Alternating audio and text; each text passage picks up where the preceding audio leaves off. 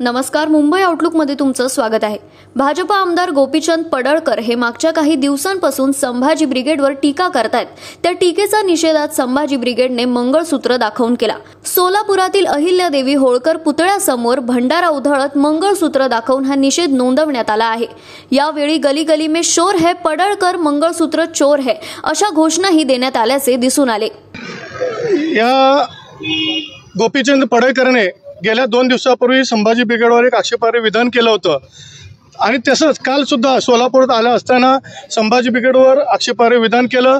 त्या विधानाचा निषेधार्थ आज आम्ही गोपीचंद पडळकर या हा मंगळसूत्र चोर म्हणून संपूर्ण महाराष्ट्राला परिचित आहे।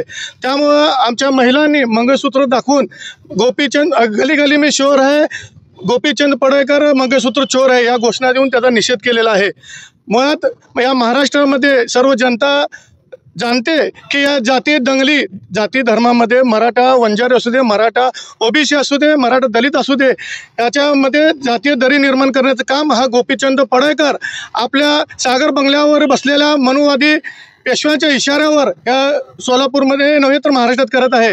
मुळात बहुजन म्हणणारा हा पडळकर, त्याला बहुजनाची व्याख्या माहीत आहे का?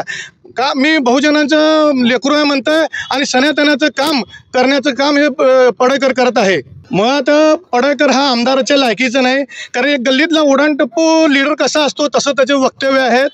कारण त्याच्या भाषणामध्ये कुठं सुस्फूर्तपणा नाही आहे, ज्येष्ठ नेत्या नाही आहे, महिला नाही आहे, सगळ्यांनाच हा अतिशय कुत्सित बुद्धीनं त्यांची म्हणजे त्यांचं मजाक उडवतो असा हा गोपीचंद पडळकर खरंच आमदारकाच्या लायकीचं नाही आहे। मुळात संभाजी ब्रिगेड ही सर्व पुरोगामी संघटनाला घेऊन सर्व जातीय धर्माला एकत्र करण्याचं काम संभाजी ब्रिगेड करत आहे।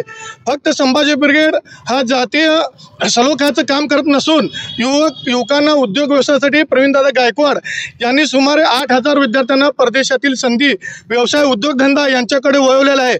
संपूर्ण महाराष्ट्रामध्ये सुमारे 25 बिझनेस कॉन्फरन्स घेतलेला आहे। म्हणजे युवकांना एक सगळी दिशा देण्याचं काम संभाजी ब्रिगेड करत आहे।